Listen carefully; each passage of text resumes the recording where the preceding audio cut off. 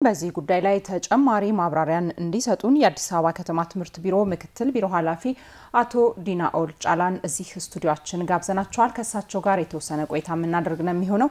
አቶ ዲናኦል ጫላ ስቱዲዮአችን እንኳን በደህና መጡ።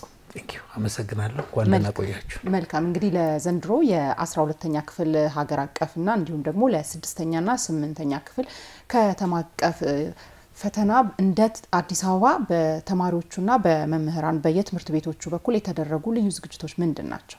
እሺ አመሰግናለሁ። ያው ስለጋበዛችሁኝ እንዳነሳሽው በዚህ አመት እንደተለመደው በከተማችን የ12ኛ ሀገር አቀፍ ፈተናና የ6 እና የ8 ከተማ አቀፍ ፈተና ለመስጠት ያው ቅድመ ዝግጅቶችን ጨርሰናል። በዚህ ሂደት ውስጥ እንግዲህ በዚህ አመት ለየት ባለ መልኩ የተዘጋጀንበት ዝግጅት የመጀመሪያው በተለይ 2016 እና ከዛ በፊት የነበሩ ፈተናዎችን ትንተና መስራት ነው። እነዛ ትንተና ላይ ተንተርሰን ተማሪዎቻችን የትኞቹ ኤሪያ ላይ ልዩ ድጋፍ ይፈልጋሉ፣ በተለይስ ደግሞ የትኛው ላይ ውጤታቸው ዝቅ ያለ ነው የሚለውን የማየትና ያንን ተንተርሰን ኮንቴንት ወይም ደግሞ የይዘት ዝግጅት ነው የሰራነው።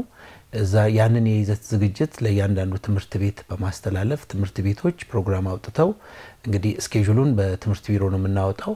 በተለይ ያው የመማር ማስተማር ቀኖቻችን ከሰኞ እስከ አርብ ሲሆኑ አንዳንድ ትምህርት ቤቶች ላይ አፍተር ስኩል እና በተለይም አብዛኛው ትምህርት ቤት ላይ በዚህ አመት የተጠቀምነው ቅዳሜን በልዩ ሁኔታ ማጠናከሪያ ትምህርት የሚሰጥበት አድርገን በእነዚህ ይዘቶች ላይ ተማሪዎች ክፍል ከሚማሩት ትምህርት በተጨማሪ ዝግጅት እንዲያደርጉ ነው ያደረግነው። እንግዲህ በዚህ ሂደት ውስጥ ዘንድሮ በልዩ ሁኔታ የተጠቀምነው ወላጆችን ነው። ወላጅ ምን መደረግ አለበት የሚለውን በእያንዳንዱ ትምህርት ቤት እንዲከታተልና በተለይም ፊድባክ በተለያየ መዋቅራችን ከወላጅ በመውሰድ መስተካከል የሚገባቸው ጉዳዮችን እያስተካከሉ መሄድ ነው።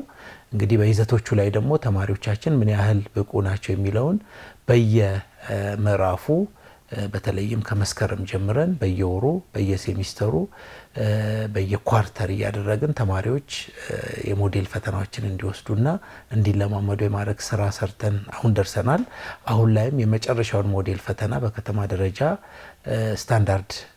ስታንዳርዱን የጠበቁ ጥያቄዎች በተለይ ለሀገር አቀፍም ሆነ ለከተማ አቀፍ ፈተና የሚያዘጋጇቸውን አዘጋጅተን ለመስጠት ቅድመ ዝግጅት ላይ እንገኛለን። እንግዲህ ቀደም ብሎ እንዳነሱልን ከ2016 አካባቢ በነበሩት ፈተናዎች ላይ ትንታኔ ሰርታችሁ ተማሪዎች ልዩ ድጋፍ በሚፈልጓቸው ዘርፎች ላይ ሰፊ ስራዎች እንደሰራችሁ ነው። እስቲ እንግዲህ ባለፉት ሁለት ተከታታይ አመታት ማለት ነው በአገር አቀፍ ደረጃ የታየውን የ12ኛ ክፍል የተማሪዎች ውጤት በተወሰነ መልኩ ዝቅተኛ እንደነበር ይታመናል። ለማሻሻል በአዲስ አበባ ደረጃ በከተማ ደረጃ ማለት ነው ምን ልዩ ስራዎች ተሰርተዋል? ኦኬ አመሰግናለሁ። እንግዲህ አንተም እንዳነሳው ባለፉት አመታት በአንጻራዊነት ሲታይ የተማሪዎቻችን ውጤት ዝቅተኛ ነበር። ይሄንንም በተመሳሳይ ነው ልዩ ትኩረት ሰጥተን ስንሰራ የነበረው። ያ ብቻ አይደለም። በተለይ ተማሪዎቻችን ያው በሶሻል ሚዲያ ላይ በብዛት ስለሚጠመዱ እነሱ በሚጠቀሙበት ሞዳሊቲ ተጠቅመን እነሱ ጋር የመድረስ ስራም ሰርተናል። በተለይ ከ12ኛ ክፍል ፈተና ከ9 እስከ 12 አጠቃላይ ስለሚይዝ በእነዚህ ይዘቶች ላይ እዚህ ላይም ይዘትን በማዘጋጀት ለተማሪዎቻችንም ሆነ ለመምህራን በመስጠት ትምህርት ቤቶች በዛ ይዘት ላይ እንዲዘጋጁ የማድረግ ስራ ነው የሰራነው። በተጨማሪም የሰራነው ስራ ምንድነው? በእያንዳንዱ የትምህርት አይነቶች ማጠናከሪያ ትምህርት በቪዲዮ በማዘጋጀት ተማሪዎች ባሉበት ሆነው እንዲከታተሉና ራሳቸውን እንዲያበቁ ነው ያደረግነው። ይህ ከመስከረም ጀምሮ የተሰራ ስራና በልዩ ትኩረት ሰጥተን ነው እየሰራንበት ያለና በተለይም ደግሞ ካለፉት አመታት በተቻለ መልኩ የሞዴል ፈተናዎችን የማብዛት ስታንዳርድ የማስጠበቅ በየጊዜው ያንን እንዲለማመዱ የማድረግ ስራ ሰርተን እንግዲህ በዚህ አመት የተሻለ ውጤት ይመዘገባል ብለን ተስፋ እናደርጋለን። መልካም እንግዲህ እናንተ የራሳችሁን የተለየ ዝግጅት አድርጋችኋል። እንግዲህ በፈተናው የሚጠበቀውን ውጤታማነት ለማምጣት በተለይ ደግሞ እንደ ወላጅና ባለድርሻ አካላት የሚጠበቅባቸው ነገር ምንድነው? የሚያስተላልፉት መልእክት ካለ? እንግዲህ እርግጥ ነው ያው ቅድም አንድ ያላነሳውት በዚህ አመት እንደተለመደው ተማሪዎቻችን በሁለት ሞዳሊቲ ነው 12ኛ ክፍል ላይ የምንፈትነው።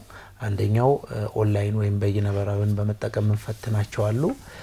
በተወሰነ መልኩ ደግሞ የተወሰኑ ተማሪዎች ዩኒቨርሲቲ ገብተው በወረቀት ይፈተናሉ ያ ማለት ተመሳሳይ ፈተና ነው የምንሰጠው ለተማሪዎቻችን ነገር ግን ሁሉም ተማሪዎች እንዲለማመዱ ያደረግን ነው ሁለት ነገር ነው ያደረግን ያለነው አንደኛው ተማሪዎች በመለማመድ ውስጥ ኦንላይን እንዴት እንፈተናለን የሚለው ነው ያሉ ጥያቄዎችንም በመስራት ደግሞ ራሳቸው ዝግጁ ያደርጋሉ ይሄንን ለሁሉም ተማሪዎች ነው ያደረግነው በሁሉም ትምህርት ቤት ላይ ዝግጅት ያደረጉ ነው እንግዲህ በዚህ ሂደት ውስጥ በተለይ አሁን ኦልሞስት ወደ 1 ወር ከምናምን አለን በዚህ 1 ወር ጊዜ ውስጥ ወላጆች መምህራን አጠቃላይ ይሄንን ትምህርት የሚደግፉ አካላት በሙሉ ተማሪዎች በዚህ ውስጥ እየተለማመዱ ራሳቸውን እንዲያበቁ የማድረግ ስራ መሰራት አለብን ብለን እናምናለን በተለይ ይሄ ሞባይል ወይም ደግሞ ኮምፒውተር አክሰሱን የሌላቸው ተማሪዎች በልዩ ሁኔታ በየትምህርት ቤቱ እንዲያገኙና ያንን ድጋፍ እንዲያደርጉላቸው ነው ከፍተኛ ጥረት ማድረግ ያለብን በያምናለው በዚህ ሂደት ውስጥ ወላጁና መምህር ትልቅ አስተዋጽኦ ስላላቸው የራሳቸውን አስተዋጽኦ ተጠቅመው እንግዲህ ያሰብነውን ውጤት እንዲያመጡ እንዲሰራበት የሚለውን ለማስተላለፍ ፈልጋለሁ መልካም እንግዲህ የአዲስ አበባ ከተማ ትምህርት ቢሮ ምክትል ቢሮ ኃላፊ አቶ ዲናውል ጫላ ስቱዲያችን ተገኝተው ለሰጡ ማብራሪያ እናመሰግናለን መልካም ምሽት ይሁንልዎት Thank you አመሰግናለሁ